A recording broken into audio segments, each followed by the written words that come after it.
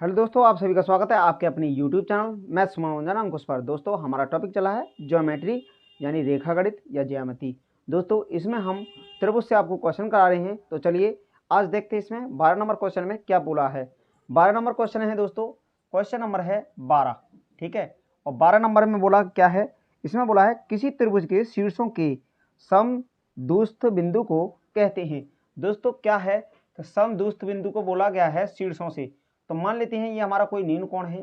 ठीक है, न्यून कोण है तो क्या होता है, ये ए है, ये बी है और ये सी है। ठीक है, तो इसमें बोला है कि किसी त्रिभुज के शीर्षों के समदूस्थ बिंदु को क्या कहते हैं। तो दोस्तों इसमें क्या है कि ये हमने यहाँ से एक लंब अर्धक खींचा, इस पे गया, और यहाँ से एक यहाँ खींचा, ये लंबवर्धक होगा, और एक यहाँ से खींच दिए, ये हो गया हमारा लंबवर्धक। ठीक है, लंबवर्धक हो गया। तो ये लंबवर्धक का क्या काम है दोस्तों, कि लंबवर्धक का क्या काम हो जाएगा, इसका काम है कि लंब भी होगा।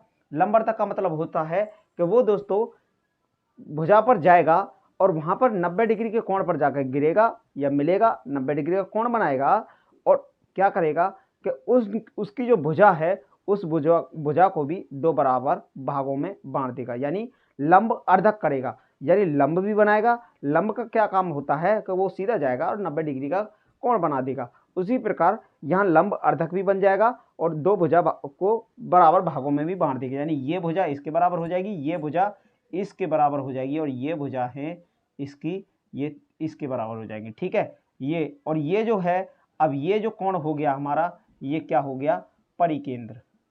परिकेंद्र परिकेंद्र और परिकेंद्री दोस्तों क्या होता है कि इसके और पास अगर हम एक वृत्त बना देना, वृत्त, ठीक है, ये हमारा हो गया वृत्त, ये वृत्त हो गया। ठीक है, अब ये वृत्त हो गया, और वृत्त क्या होता है कि वृत्त जो है ना, इनको आप यहाँ से देखिए, ये वाला यहाँ तक, ठीक है, ये वाला यहाँ तक और ये वाला यहाँ तक और ये वाला यहाँ तक, ये क्या है कि ये परिकेंद्र जो है शीर्षों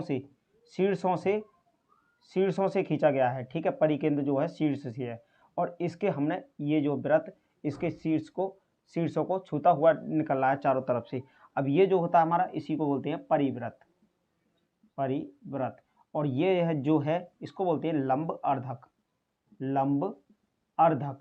ठीक है दोस्तों, ये सब चीज हम आपको प्रीवियस वीडियोज में बता रखे हैं। ठीक है दोस्तों, ये हो गया लंब अर्धक। अब ये परिकेंद्र हो गया, ये परिवृत्त हो गया, ये लंबार्धक हो गया, और ये जो कोण बने हमारे, लंबार्धक का मतलब है लंब भी है और अर्धक भी है। तो इसमें यही पूछा गया है, दोस्तों हमसे क्या बोला गया है, इसमें बोला है कि किसी त्रिभुज के शीर्षों के यानी शीर्षों से ही तो है, शीर्षों के यहाँ तक देखिए, शीर्षों के समदूस्थ बिंदु को कहते हैं। तो इसको हम क्या कहते हैं, परिकेंद्र कहते हैं। दोस्तों इसका जो हो जाएगा ऑप्शन नंबर ए हो जाएगा। ठीक है, option number A right answer हो जाएगा। दोस्तों क्वेश्चन नंबर 13 नंबर क्वेश्चन क्या कहता है, इसमें बोला गया है दोस्तों कि किसी त्रिभुज में माध्यिकाओं की संगामी बिंदु को कहते हैं। यानी दोस्तों ये हमारा कोई त्रिभुज है, ये त्रिभुज है, ठीक है, और इसके क्या है, इसका जो है यह शीर्ष से हमारी एक रेखा जाएगी और वो सामने वाली जो भुजा है इसको दो बराबर भागों में बांट देगी।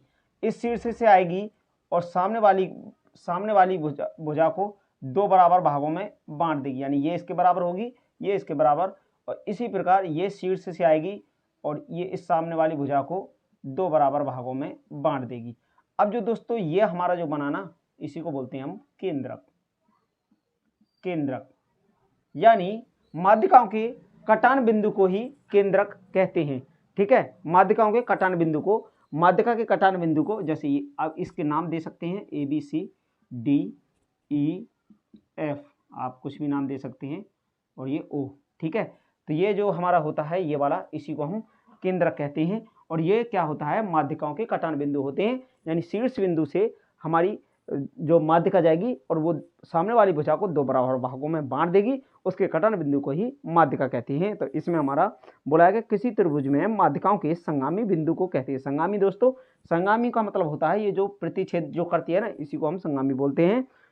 संगामी बिंदु को कहते हैं, तो केंद्र कहते हैं, डी ऑप्शन हो जाएगा इसमें। ठीक है, अब देखते हैं अगला कि यदि किसी त्रिभुज में दो कोण अनुपूरक हैं तो तीसरा कोण है। अनुपूरक का मतलब होता है अनुपूरक। क्वेश्चन नंबर है 14 नंबर क्वेश्चन है।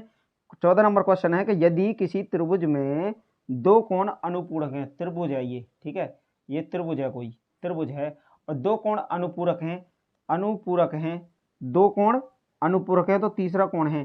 तीसरा कोण क्या हो जाएगा? जब दो कोण अनुपूरक हैं तो तीसरा कोण हो जाएगा हमारा 90 डिग्री का, 90 डिग्री का। अरे भाई ये माना कि ये 45 है हमारा, 45 और ये भी 45 है, 45 है। जब अनुपूरक बोल दिया है वो ए बी सी, अनुपूरक का मतलब समझते हो ना? अनुपूरक का मतलब होता है कि अनुपूरक का मतलब होता है न्यून कोण। ठीक है, न्यून कोण है यानी पूरा 90 डिग्री नहीं है। अनुपूरक, अनुपूरक जब 90 डिग्री हो जाएगा तो वो पूरा कोण हो जाता है। अनुपूरक है यानी न्यून कोण है, तो उसके दो, जब दो न्यून कोण हो गए तो एक कोण तो हमारा समकोण हो जाएगा 90 डिग्री का, 90 डिग्री, और ये 45 न्यून कोण हो गए। तो इसमें क्या बोला है कि इसमें 14 नंबर था ना कि यदि किसी त्रिभुज में दो कोण अनुपूरक है तो तीसरा कोण होगा तो 90 डिग्री हो जाएगा। डी ऑप्शन, डी ऑप्शन हो जाएगा। दो ही कोण होते हैं न्यून कोण। अब चलते हैं 15 नंबर क्वेश्चन को। देखिए कि निम्न किन कोणों के माप से त्रिभुज बन सकता है? किन कोणों के माप से त्रिभुज बन सकता है? तो देखिए 60 और 30 और 60 कितना, 90, 9 और 7 16, नहीं बनेगा। 50 60 110 और 7 70 हो जाएगा 180, और 8 4 12, 12 और 6 ये हो जाएगा 85, ये नहीं होगा हमारा। और 72 28 90, 72 28, 8 और 2 10, 7 और 2 9 10, 190 नहीं होगा, यानी बी ऑप्शन हो जाएगा दोस्तों। बी ऑप्शन क्वेश्चन नंबर 15 है ना, 15 का बी ऑप्शन हमारा राइट आंसर हो जाएगा। क्योंकि बी ऑप्शन राइट क्यों हो जाएगा? तो इसमें दिया है हमारे 50 50 60 50 60 और 70, ये हमारे कोणों के मान दिए हैं, 50 60 70 डिग्री। ठीक है, ये हमारे कोणों के मान दिए हैं। तो किन कोणों के माप से त्रिभुज, तो इससे बन जाएगा, क्योंकि हमें पता है कि तीनों त्रिभुज के तीनों कोणों का योग 180 होता है, तो इनका योग जो है 180 हो रहा है। देखिए 4 5 11, 110 हुआ और 70 180 हो गया, तो जिसका कोणों का योग 180 डिग्री हो जाएगा वही हमारा क्या होगा कि वो हमारा त्रिभुज बन जाएगा। अब देखते हैं अगला, इसमें बोला है 16 नंबर, एक समद्विबाहु त्रिभुज में एक आधार कोण 70 डिग्री है तो शीर्ष कोण का मान होगा। एक का 70 है ना, 7 दूनी 14, तो दो इसमें बोला है कि एक समद्विबाहु त्रिभुज में एक आधार कोण, एक जो आधार कोण है उसका, जो इसमें क्या है कि एक समद्विबाहु त्रिभुज का मतलब होता है कि दो भुजा उसका बराबर होगा और एक भुजा जो होगा उसका क्या होगा, वो बराबर नहीं होगा। तो दो भुजा बराबर तो दो कोण बराबर, जितनी भुजा बराबर होती हैं दोस्तों त्रिभुज में इतने ही कोण उसके बराबर होते हैं। तो इसमें बोला है कि एक समद्विबाहु त्रिभुज के आधार पर आधार कोण 70 डिग्री है, यानी एक 70 है तो दूसरा भी 70 हो जाएगा। ठीक है, तो शीर्ष कोण का मान है, शीर्ष कोण का मान कितना हो जाएगा, 7 दूनी 14, 140, तो वो दोनों हो गए, बचा कितना 40 डिग्री, यानी सी ऑप्शन राइट हो जाएगा। इसमें कौन सा क्वेश्चन है हमारा? 16 नंबर है ना, 16 नंबर क्वेश्चन है। 16 नंबर क्वेश्चन का तो इसमें ऑप्शन हमारा हो जाएगा सी, यानी 40 डिग्री, 40 डिग्री का शीर्ष कोण हमारा 40 डिग्री का हो जाएगा। चलिए देखते हैं अगला क्वेश्चन। देखिए दोस्तों क्वेश्चन नंबर 18 नंबर क्वेश्चन है, क्वेश्चन नंबर 18। इसमें क्या बोला है कि त्रिभुज ABC में x का मान है, यानी ये त्रिभुज है, ये हमारा त्रिभुज है दोस्तों। ठीक है, ये त्रिभुज दिया है इसमें यहाँ, ठीक है, ये हमारा त्रिभुज है। ठीक है, अब ये त्रिभुज दिया है और इसमें हमें नाम दिए है ABC है, और ये कोण दिया है इसमें 55 डिग्री, 55 डिग्री दिया है, और ये जो बाहर वाला कोण है 125 डिग्री दिया है, 125 डिग्री, 125 डिग्री दिया है। अब इसमें बोला है कि x का मान है, यानी इस कोण का मान क्या है, x का, इसका। तो त्रिभुज के तीनों कोणों का योग कितना होता है? त्रिभुज के तीनों कोणों का योग होता है, अंत्य कोणों का योग दोस्तों, त्रिभुज के अंत्य कोणों का योग होता है 180 डिग्री, 180। तो यहाँ तो हमें बस एक ही कोण पता है 55 डिग्री, ना तो हमें इसका पता ना हमें इसका पता दोस्तों। अब आप ध्यान रखिएगा, देखिए हम आपको बता रखे हैं कि ये जो हमने लाइन है ये यहाँ से जो गई और इस भुजा को हमने इस इधर बढ़ा दिया बाहर की तरफ। ठीक है, बाहर की तरफ। अब ये जो कोण बना ये इसको बोलते हैं बाह्य कोण, ये होता है हमारा बाह्य कोण, ठीक है। ये बाह्य कोण का मतलब है बाहर वाला कोण, और ये जितने कोण इसके अंदर होंगे इनको बोलते हैं अंतःकोण। जब ये बाह्य कोण है तो ये जो कोण होता है हमारा इसके बराबर होता है। किसके बराबर होता है? कोण जो होता है BAC, कोण जो है BAC प्लस कोण BAC और ये CBA यानी कोण CBA, और बराबर होगा हमारा 125 डिग्री के, यानी इसके बराबर इन दोनों का मान होगा। अब क्या करते हैं कि हमें यहाँ पे किसका मान दिया है? कोण BAC, इसका मान तो हम पे नहीं है, इसका नहीं है, तो कोण BAC प्लस कोण CBA यानी CB इसका है हमारे पास, यानी 55 डिग्री है BA, और ये क्या है 125। अब क्या करते हैं कि इसमें हमें इसका मान चाहिए, कोण BAC का मान चाहिए, तो क्या करते हैं ये 125 इधर है और इसको इधर भेजेंगे तो माइनस में हो जाएगा ये 55 डिग्री। अब दोस्तों यहाँ से घटाते हैं, 5 में से 5 गया 0 और यहाँ बचा 12, 12 में से 5 गए तो 7, यही हमारा हो जाएगा 70 डिग्री, ठीक है दोस्तों। यानी इसका जो मान हो जाएगा वो 70 डिग्री हो जाएगा, ठीक है। अब चलते हैं अगला क्वेश्चन देखते हैं, ये होगा 18। 19 नंबर क्वेश्चन क्या है? क्वेश्चन नंबर 19, ठीक है। 19 नंबर में क्या है? त्रिभुज PQR में PQR यानी त्रिभुज है, ये एक त्रिभुज दिया है, ये त्रिभुज दिया गया है, इसमें ये त्रिभुज है, ठीक है। अब इस त्रिभुज में ये जो है P नाम दिया है, यहाँ पे P, ये P है, और इसके बाद यहाँ Q है, और यहाँ दिया है R, ठीक है। PQR में, और ये X है, और यहाँ दिया है 65 डिग्री, और यहाँ दिया है ये वाला 32 डिग्री, ठीक है। अब इसमें क्या बोला है कि x का मान है, यानी इसका मान है। हमने क्या बताया दोस्तों, इसमें से इसको घटा दीजिए आप, तो कोण x कितना हो जाएगा, यानी इसमें से इन दोनों का जोड़ दोस्तों ये वाला होता है बाहर वाला, जो हमने आपको यहाँ पे करके दिखा दिया है, ठीक है। ये दोनों जोड़ है ना, ये वाले इसके जोड़ के बराबर ये वाला होता है बाहर वाला, तो ये बाहर वाला हमारे पास है और इसमें वही काम है, तो इन दोनों को जोड़ेंगे, यानी x प्लस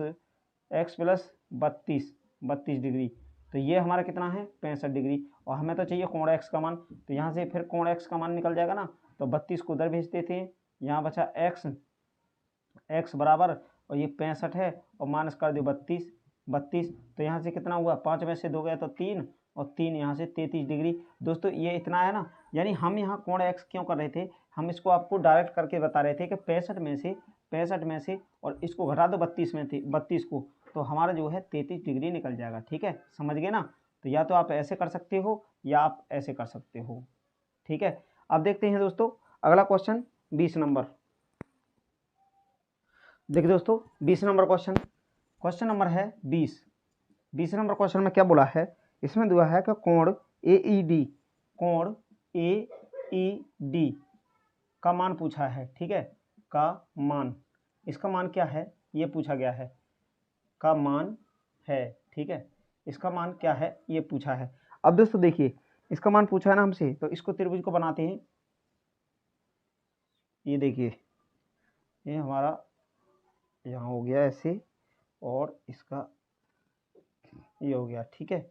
यहाँ पे ऐसे हो गया, तो इसको हम क्या है, ये हो गया हमारा A, ये हो गया, और ये हुआ B, और AB, ये C हुआ, और ये D मान लिए, और इसको क्या मानते हैं E, ये E हो गया, ठीक है। इसको E को अंदर ले लीजिए आप, E, ठीक है, क्योंकि ये बाहर वाला कोण हमें बताना पड़ेगा ना आपको, ठीक है। ये हो गया। अब इनमें कितना मान दिया है हमें, ये दिया है 45 और ये दिया है 25, और इसके बाद ये दिया है हमें 40, ठीक है। अब इसमें बोला है कोण AED, यानी AED का मतलब है कि इसमें यो है ये वाला पूछा हमसे, ये वाला, ठीक है। AED ये बाहर वाला कोण पूछा गया है, AED है ना ये बाहर वाला,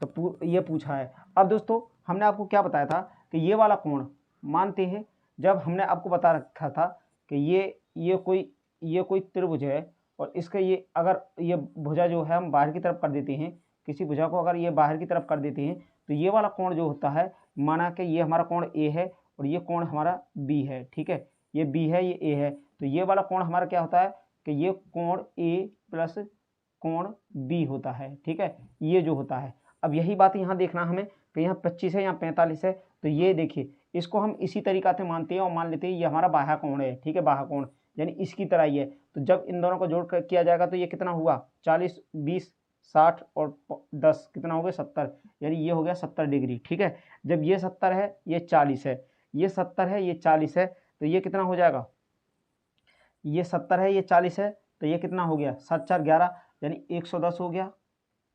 ठीक है, 7 4 11 हो गया ना, 7 4 11 110 है ना, सॉरी ये 110 नहीं होगा, 110 ये हुआ ना, और तो हाँ 110 है तो ये कितना होगा, ये भी 70 हो जाएगा। जब भी तो तीनों का कितना होगा, तीनों का कितना हो जाएगा 180 हो गया ना, 7 7 140 और 40 180। अब इस त्रिभुज का इतना हो गया। अब इसमें भी हम देखिए, अब यहाँ देखिए, यहाँ 70 है तो ये ऑटोमेटिक कितना हो जाएगा 110 डिग्री। कैसे हो गया 110 डिग्री दोस्तों, ये जब 70 है, ये अंदर वाला 70 है और ये 110 है, 10 हो ही जाएगा। क्यों हो जाएगा, क्योंकि हमने देखा है कि एक ऐसे जो हमारा जो कोण बनता है ये हमारा 180 डिग्री का कोण बन जाता है। रिजु कोण जो होता है हमारा 180 डिग्री को, एक सरल रेखा पर 180 डिग्री का कोण बनता है। ठीक है, 180 डिग्री पर। अब यही हमारा यहाँ पे हो गया, या आप ऐसे कर लीजिए जैसे हमने क्या बताया, ये जो कोण होता है अंत्य कोणों के योग के बराबर होता है ये वाला कोण। तो अब इस कोण को भी आप अंत्य कोण के हिसाब से देखते हैं, तो ये वाला कोण है, तो ये वाला कोण है तो इसके अंदर वाले दोनों के बराबर होगा ना, तो 7 4 11 110 हुआ ना 110। तो दोस्तों इसी प्रकार ये हो गया हमारा। तो दोस्तों आज की क्लास को यहाँ तक रखते हैं और मिलते हैं अगली क्लास में नए क्वेश्चंस के साथ। Thank you, best of luck.